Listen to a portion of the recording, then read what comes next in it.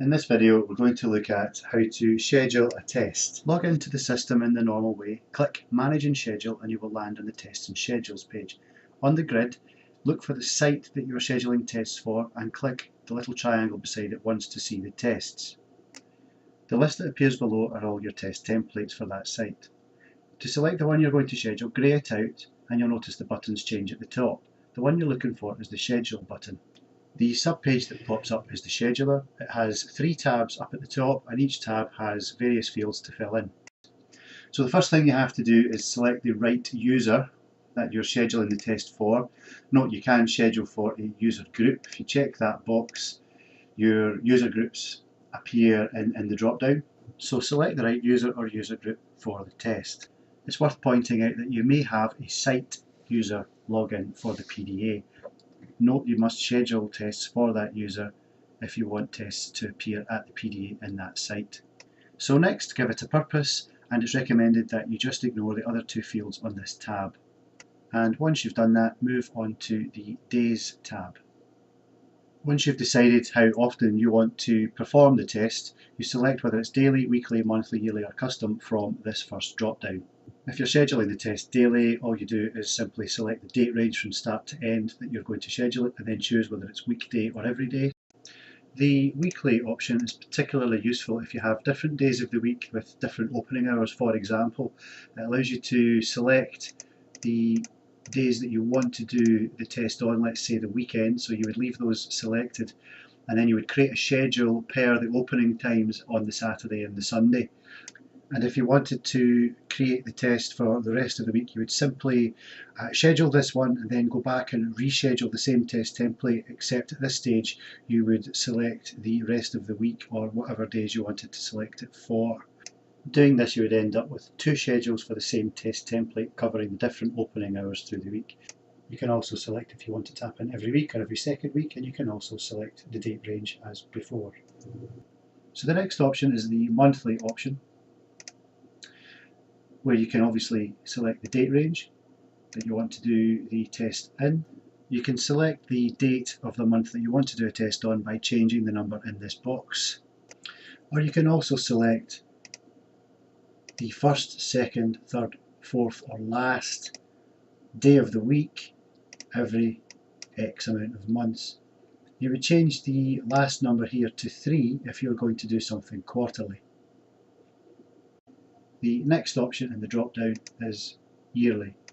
Fairly self-explanatory, where you can choose the date of the month that you're going to do it on, or you can select the first, second, third or fourth day of the week, month of the year every 1, 2 or 3 years.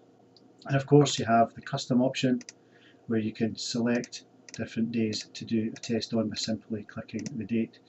If you want to select multiple dates, simply hold the control key while selecting the dates in the calendar.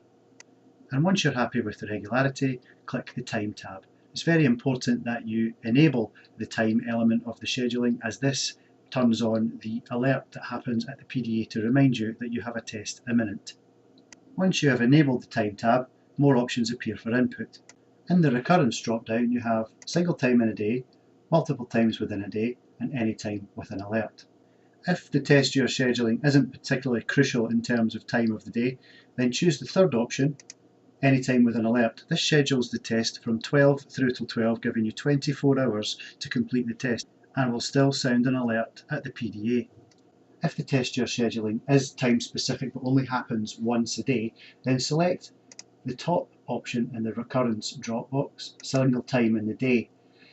The first test time is when you want the test to be available from, and the last test time is when you want the test to finish. It will no longer be available to do on that day after that time. The third and last option is the multiple times within a day. This is used for scheduling tests that happen more than once in the same day, such as pool tests. The first 2 boxes are exactly the same when you have a first test time and a last test time. You also now have a test tolerance and a time between tests. Test tolerance is the amount of time that you're going to give yourself to do each instance of the test during the day. It's worth noting that the test tolerance is a before and after setting. If you wanted to give yourself 1 hour to do a test, you would in fact select 30 minutes. And as it's before and after, you have 30 minutes before and 30 minutes after, giving yourself an hour. The time between tests is the amount of time between each instance of the test in the schedule. So for example, if you were scheduling a pool test every 4 hours, you would select 4 hours. So once you're happy with everything, you have the opportunity to review. Click the schedule button once. Look through these to see that everything is correct. If not, press cancel and it will take you back to so you can change any settings. However, if you are happy, press schedule again and it will take you back to the main page. You can see what you've scheduled by clicking in again underneath the template to the schedule level. You can see here that the test is active and it's within date. I can also cancel it and I can also re-enable it. If I want to review, click that little icon and it gives you an overview of what you've done and you can see it via the calendar. Now that you've scheduled the tests for the PDA, you need to log into the PDA and synchronise it. The test will appear as per the schedule that you've created. If you're unsure how to do this, please see the video on how to use the PDA software. Please note, along the way, if you need support, click the support button and you have a phone number and an email address to get in touch with the support team. Thank you for using Leisureshield and thank you for listening and watching.